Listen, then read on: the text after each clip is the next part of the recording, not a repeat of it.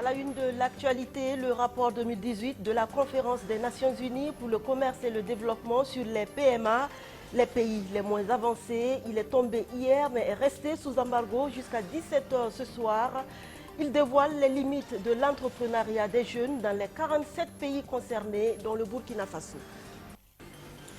Nous sommes le 20 novembre, la communauté internationale célèbre la journée des droits de l'enfant. Pour en parler, la directrice pays de l'ONG Save the Children International qui lutte contre le mariage d'enfants au Burkina est l'invitée de ce 19h30. Une édition qui met en lumière également la célébration du Mawloud, l'anniversaire de la naissance du prophète Mahomet, célébré dans la nuit d'hier à aujourd'hui par les fidèles musulmans à Ouagadougou comme à Koumna Yargo dans le Yatenga. Les valeurs de l'islam étaient au cœur de la célébration. Bonsoir à toutes et à tous. Des entrepreneurs par nécessité et non par choix, voici la caractéristique principale des PME des pays les moins avancés de la planète, selon le rapport 2018 de la conférence de l'ONU pour le commerce et le développement. Et d'après le document, c'est cette situation qui justifie le fait même que les petites et moyennes entreprises ne prospèrent pas dans ces pays du monde. Ils sont 47 et il leur est recommandé la mise en place de véritables politiques de financement des PME. Roméo Kweta. Au Burkina Faso, comme dans tous les PMA, les pays les moins avancés, le taux de mortalité élevé des petites et moyennes entreprises est lié en partie au type d'entrepreneurs. On en distingue deux, ceux qui entreprennent par choix et ceux qui le font par nécessité. En d'autres termes, les jeunes qui créent une entreprise juste parce qu'ils n'ont pas de boulot seraient plus nombreux que ceux qui en font un véritable projet à long terme. C'est ce que relève le rapport 2018 des Nations Unies sur les pays les moins avancés. Dans ces conditions, le rôle de l'État est capital pour inverser la tendance. Il faut mettre en place des politiques industrielles, des politiques de développement, des politiques de l'emploi, pour créer plus d'emplois salariés dans le secteur formel et absorber tous ces entrepreneurs par nécessité.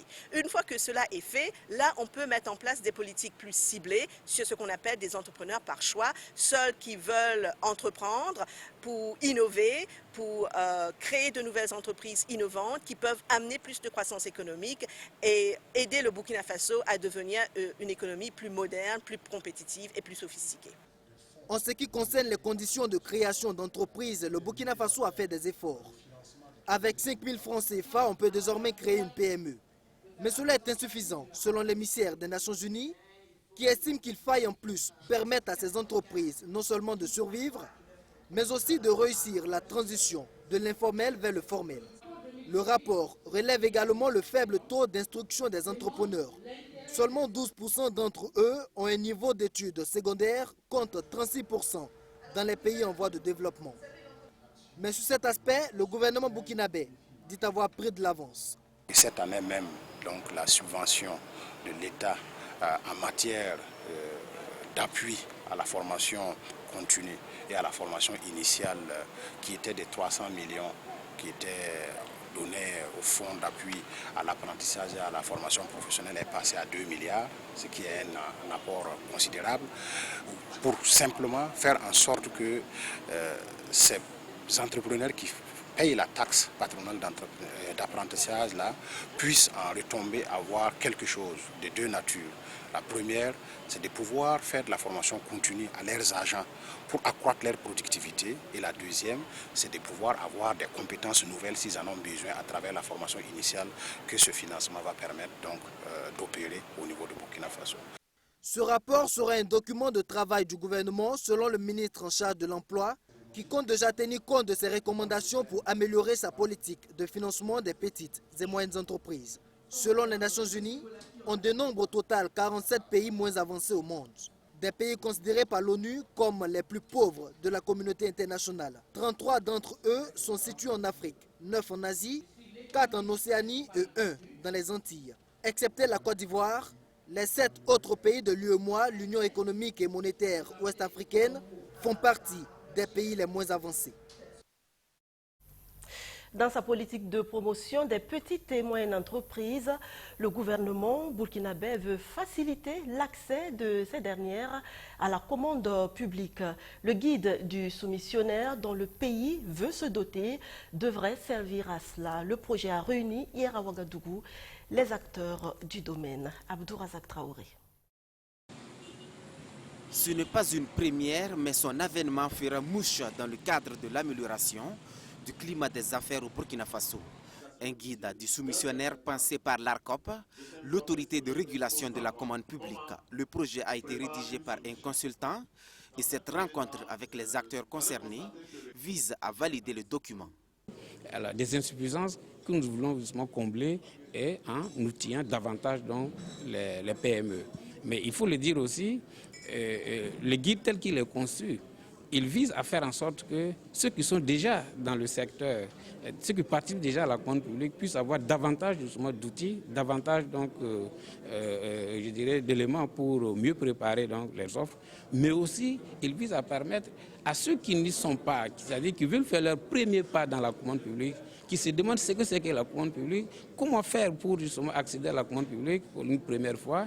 Alors, ces nouveaux acteurs-là, les guides, les donnent les éléments nécessaires.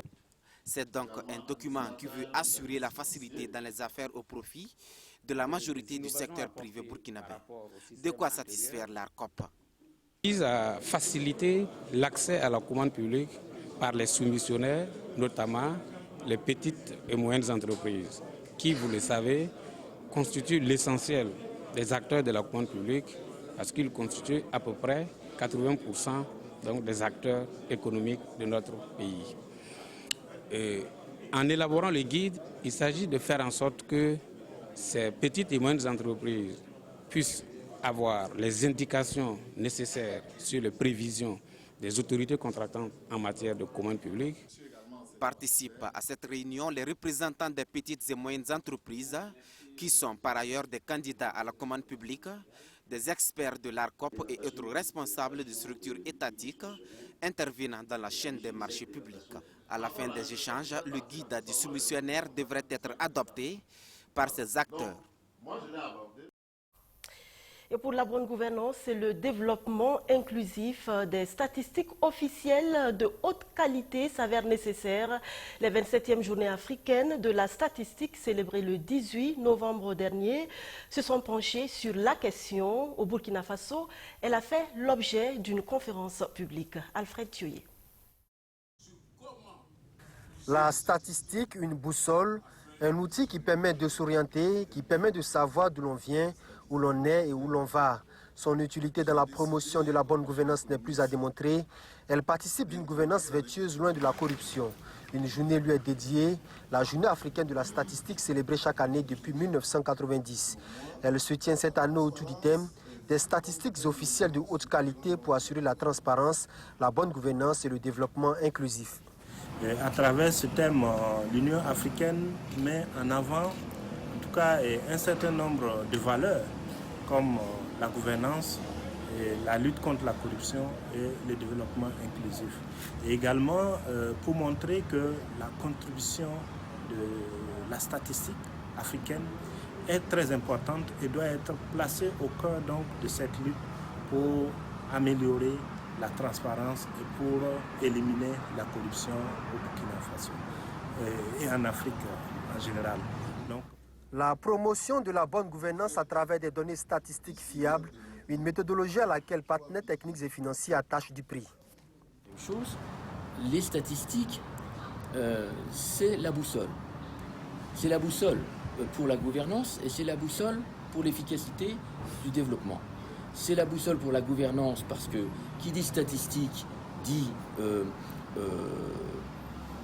contrôle, dit transparence, dit qu'on a un outil pour exercer la redevabilité.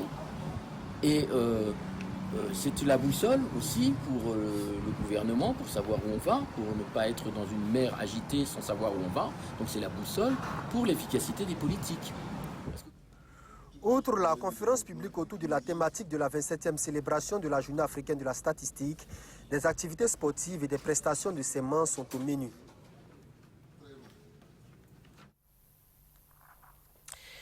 On en vient à la célébration de la Journée internationale des droits de l'enfant. Elle a lieu ce mardi, comme tous les 20 novembre, et comme annoncé, nous en parlons avec Émilie Fernandez, directrice pays de Save the Children International Burkina. Bonsoir madame et bienvenue. Bonsoir. Alors la Journée internationale des droits de l'enfant, c'est la date anniversaire de l'adoption de la Convention des Nations Unies relative aux droits de l'enfant. Quel est l'objectif de cette journée? Je voudrais tout d'abord remercier BF1 d'avoir invité Save the Children pour parler de cette journée, car vous le savez, Save the Children est l'une des rares ONG à avoir le nom enfant dans le nom de son organisation, c'est dire comme cette journée nous tient à cœur. Et j'aimerais donc citer d'abord notre fondatrice, Églantine Djeb, qui, il y a presque 100 ans, citait que l'humanité doit aux enfants le meilleur qu'elle a à donner. Et je pense que ça résume bien cette journée-là. Et notre fondatrice, Églantine Djeb, a participé au draft de la déclaration de Genève du droit des enfants qui a été signée en 1924, mais qui a servi de base pour la Convention internationale des droits des enfants, qui a été adoptée par les Nations Unies le 20 novembre 1989, d'où cette journée que nous célébrons aujourd'hui. C'est l'occasion, en fait, tout d'abord de mettre les enfants à l'honneur, et de rappeler l'importance des enfants qui sont l'avenir de toutes les nations, mais aussi de rappeler à tous les acteurs, le gouvernement, les acteurs de la société civile, les parents, les enfants, de l'importance de promouvoir le droit des enfants et de permettre de respecter davantage ce droit des enfants. Et pour cette édition 2018, le thème c'est « Les enfants aux commandes et peignent le monde en bleu ». Donc c'est pour un petit peu rappeler l'importance de la participation des enfants, l'importance de leur participation aux décisions. Et là, je salue notamment au Burkina Faso le Parlement des enfants qui existe et qui est actif. Et avec la notion de peindre le monde en bleu pour rappeler que la paix est capitale pour l'avenir des enfants. Et vous êtes un acteur clé de la promotion des droits de l'enfant au Burkina Faso. Qu'est-ce que Save the Children International fait concrètement sur le terrain? Tout d'abord, cette question me donne l'opportunité de saluer les efforts du gouvernement burkinabé en matière de promotion des droits des enfants. Et Save the Children est un des partenaires de l'État burkinabé pour cette promotion des droits des enfants. Save the Children est l'une des plus grandes organisations de défense des droits des enfants. Comme je l'ai dit, elle a presque 100 ans. L'année prochaine, en fait, son centenaire. Et elle est présente dans environ 120 pays, dont le Burkina Faso, où elle s'est implantée en 1982. On travaille dans 6 régions, essentiellement sur la bordure malienne et au centre-nord. Et on travaille dans les thématiques de la santé, donc pour renforcer les capacités du système de santé, appuyer la santé communautaire. On lutte contre la malnutrition. On travaille beaucoup dans la protection de l'enfance, notamment pour renforcer le système de protection de l'enfance, donc avec le gouvernement, pour la lutte contre les violences faites aux enfants, la lutte contre le mariage des enfants, les questions de migration, mais aussi la pauvreté de l'enfant, et ce qui inclut la protection sociale des sensibles aux enfants, mais aussi les questions de formation professionnelle des jeunes. Et stratégiquement, on s'oriente aussi sur l'éducation. Mais on développe aussi des actions de plaidoyer. Et si jusqu'à l'année dernière, jusqu'en 2016, on s'est surtout attardé à travailler en coalition avec plusieurs organisations de la société civile pour accompagner le gouvernement à voter la loi pour la gratuité des soins pour les enfants de moins de 5 ans, les femmes enceintes et les femmes allaitantes. Depuis 2018 et pour les prochaines années, on a choisi la thématique aussi capitale de la promotion de l'abandon du mariage des enfants Vous faites beaucoup. Oui, on fait beaucoup. Oui. Et on a lancé en fait le 25 septembre, aussi en coalition avec des ONG locales qui sont Voix des femmes, ADEP, SOS Jeunesse et Défis, l'URCB et l'Association des enfants et jeunes travailleurs du Burkina, une campagne justement pour mettre fin au mariage des enfants. Alors, qu'est-ce qui a motivé ce choix? Pourquoi vous avez lancé cette campagne et qu'est-ce que vous apportez comme solution à ce phénomène du mariage des enfants?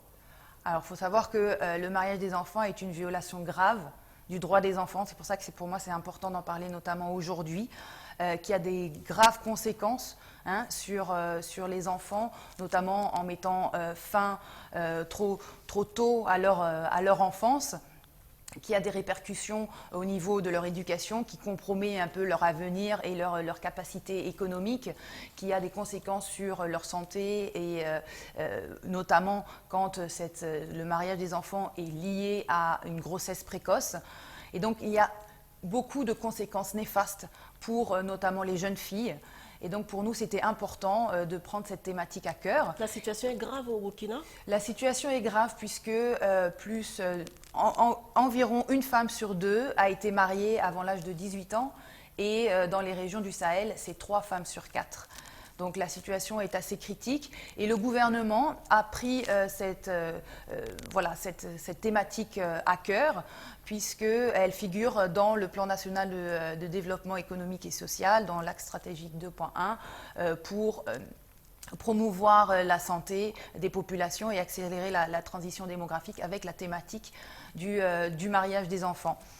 Et donc pour nous, c'était important de lancer cette campagne avec 2 approches, une approche plutôt en termes législatifs et donc pour travailler, je vous dirai nos recommandations, et une approche plutôt au niveau des communautés pour sensibiliser un petit peu toutes les communautés sur la thématique.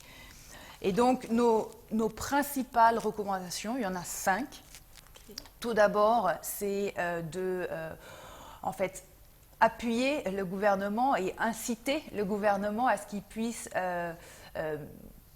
promouvoir rapidement, en fait, adopter rapidement le Code des personnes et de la famille révisé, puisqu'actuellement, le Code des personnes et de la famille ne place l'âge du mariage à 17 ans, ce qui est contraire à toutes les conventions internationales du droit des enfants. Et donc, on sollicite l'adoption de la révision pour que l'âge du mariage soit placé à 18 ans pour les filles et les garçons. Et donc que ce texte soit adopté. Deuxièmement, que ce texte soit aussi diffusé et que soit aussi diffusé le code pénal qui déjà a été adopté cette année et qui réprimande déjà en fait les unions d'enfants de moins de 18 ans. Donc la diffusion de ces 2 codes. Notre troisième, c'est que l'État et tous les acteurs investissent davantage dans l'éducation, donc pour favoriser l'accès et le maintien des enfants à l'école, pour endiguer le mariage des enfants. Il y a une corrélation vraiment très étroite entre le mariage des enfants et l'éducation, et notamment l'éducation des filles et la formation professionnelle des filles. Notre 4e recommandation, c'est renforcer la sensibilisation des jeunes filles et des jeunes garçons et favoriser aussi le dialogue avec les familles pour une sexualité responsable. Et donc pour nous, c'est aussi important cette thématique-là. Et enfin, la dernière recommandation, c'est pour changer les attitudes et les comportements au niveau communautaire, donc que tous les acteurs soient impliqués, les leaders religieux, comme je l'ai dit, les parents, tous les acteurs au niveau de la communauté pour rappeler les conséquences néfastes du mariage des enfants et pour que tous les acteurs soient mobilisés pour changer ce comportement sur le terrain. Merci Émilie Hernandez d'être passée sur ce plateau. Merci. Je rappelle que vous êtes la directrice pays de l'ONG Save the Children International Burkina et que vous êtes venue nous entretenir de la journée internationale des droits de l'enfant célébrée ce 20 novembre. Et bien sûr, vous nous avez parlé des actions menées sur le terrain par votre organisation en faveur des enfants. Merci encore d'être passé sur ce plateau.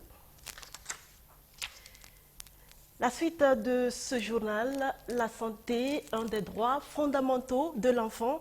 Et pour lui assurer cela, la prévention de certaines maladies est capitale, d'où les vaccinations de routine qui malheureusement ne sont pas toujours dans les habitudes des populations. Alors pour accroître le taux de la couverture vaccinale, le ministère de la Santé met à contribution les médias. Natacha Ouedraogo. Le taux de vaccination au Burkina Faso, en ce qui concerne les enfants de 0 à 9 mois, est très positif, soit près de 100%. Un taux qui a hissé le pays au premier rang en Afrique occidentale. Mais il y a problème. Les chiffres ne sont pas les mêmes pour les enfants de 15 à 18 mois. Pour ce qui est du vaccin contre la rougeole et la rubéole 2 par exemple, le taux de vaccination est faible, soit moins de 80%. Et c'est le défi majeur que le président du Faso, champion mondial de la vaccination, doit relever. Donc c'est un enjeu majeur qui doit interpeller l'ensemble, autant sur le plan national, que nous puissions vraiment mobiliser l'ensemble des ressources, que les partenaires et les privés, les individus, individuellement et collectivement, puissent se mobiliser pour investir dans la vaccination afin que nous évitions les épidémies et nous évitions aussi les décès des enfants parce que tout simplement, ils n'ont pas pu bénéficier des vaccins dont ils avaient besoin et qui devaient pouvoir les éviter la maladie ou la mort. Il s'agit donc d'un appel à plus d'engagement politique en faveur de la vaccination. Et ces hommes et femmes des médias réunis ce 19 novembre à Kombisiri vont servir de relais pour la défense de la cause de la vaccination sur le plan national et international. Mais c'est un programme de communication, justement, de communication. La communication n'est pas simplement adressée à la population burkinabé, puisque, comme je le dis, il est champion mondial de la vaccination, c'est au monde entier. Et bien sûr, la charité bien au développement par soi-même. On doit quand même montrer l'exemple à l'intérieur, c'est-à-dire au Burkina même, que tout le monde est engagé pour la vaccination, pour que tous les enfants puissent bénéficier des vaccins, mais aussi au niveau mondial. Parce que le président du Faso va s'adresser à un forum qui va se tenir en décembre à Abu Dhabi, le 10 et 11 décembre, et pour que ensemble, on puisse convaincre davantage les donateurs, ceux qui sont là, qui contribuent déjà, et d'autres aussi partenaires qui sont là, puissent toujours investir davantage dans la vaccination afin que les programmes élargis de vaccins puissent continuer et atteindre les objectifs. Le champion mondial de la vaccination a pour rôle de rejoindre les autres leaders mondiaux pour soutenir les investissements visant à améliorer la santé des familles à travers l'amélioration de l'accès universel à la vaccination. Un mot de religion dans cette édition et on parle de la célébration du Maouloud. Cette année encore, les fidèles musulmans ont répondu massivement à l'appel du cheikh Aboubakar Doucouré à Ouagadougou. L'anniversaire de la naissance du prophète Mahomet est un grand événement et comme tel, il a été célébré. Abdou Razak Traoré.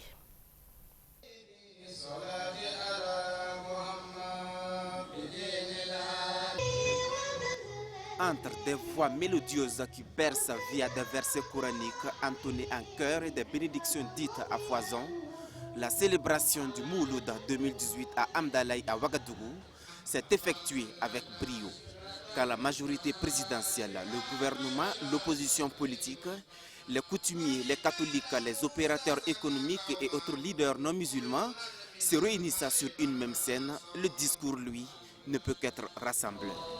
À cette célébration de la naissance du prophète Mohammed, l'amour du prochain a été prêché et le mal proscrit. Le prophète a dit, la jalousie détruit les bienfaits d'un homme comme le feu détruit l'herbe sèche.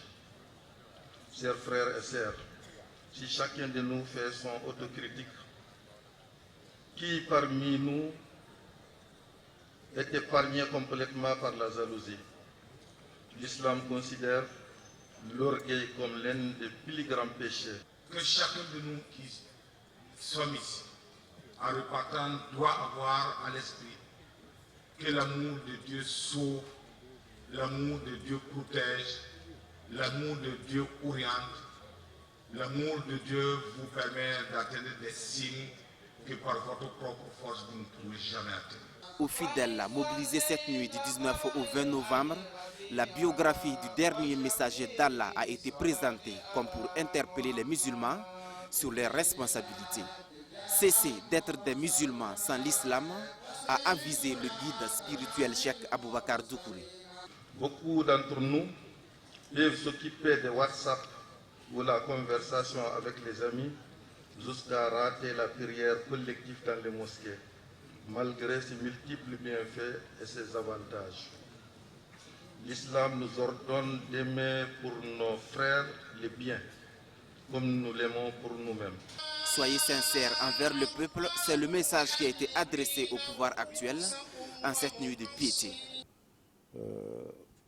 Ce qui concerne les autorités, d'être sincères vis-à-vis, c'est bon Dieu les a confiés les gens, les peuples, c'est une lourde responsabilité.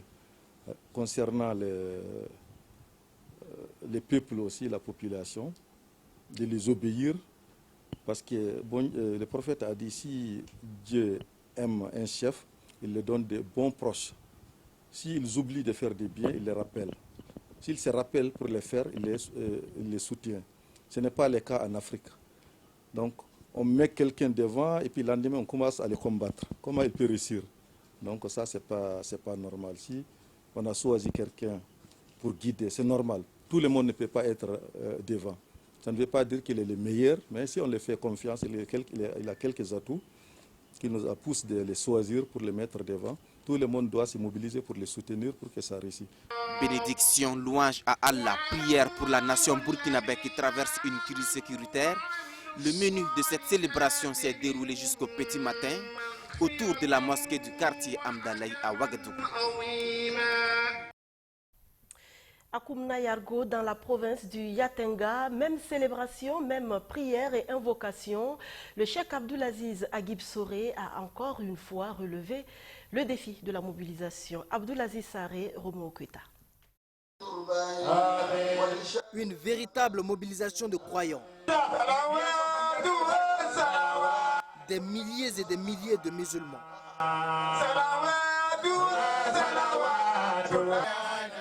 Les mains en l'air, ils chantent les éloges du prophète Mahomet. C'est la célébration du Maouloud à Koumna Yargo, dans le Yatenga. Hommes et femmes, tous sont venus prendre des bénédictions chez le guide religieux, le cheikh Abdoulaziz Agib Soré. Après avoir laissé les fidèles musulmans dans l'attente pendant plus de 3 heures, la star du jour sort enfin. Selon le cheikh, la célébration du Maouloud est très bénéfique pour le croyant.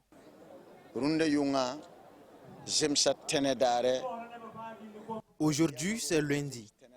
Et le prophète Mahomet est né un lundi. Le jour de sa naissance également, il a tombé des gouttes. Et comme vous l'avez remarqué, il a plu aussi aujourd'hui, malgré la fin de la saison hivernale. Cela montre que le Mawlud de ce jour est tout particulier. Et s'il plaît à Dieu, tous les vœux formulés ce soir seront exaucés.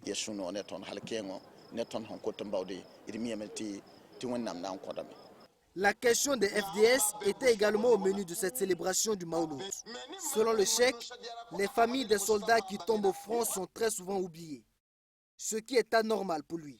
Il pense que les veuves et les orphelins que laissent ces braves gens doivent être pris en charge par le gouvernement pendant au moins 10 ans.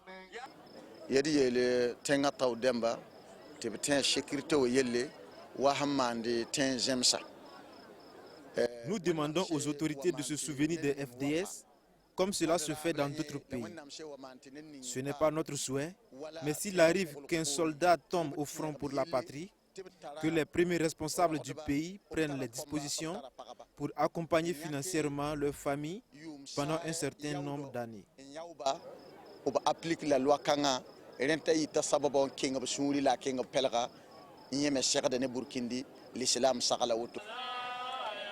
La Ivoiriens, Maliens, Ghanéens et Burkinabés, telles étaient entre autres les nationalités qui ont pris part à cet anniversaire du prophète Mahomet.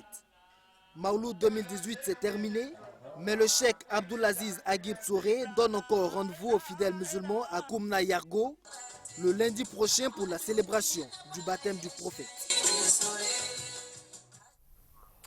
Bonne fête du Mauloud à tous et qu'Allah nous facilite la fréquentation des gens bien, car cela fait partie des plus grands bienfaits dont nous puissions bénéficier de la part de notre Créateur. Merci de votre attention. Je vous retrouve demain, si Dieu le veut.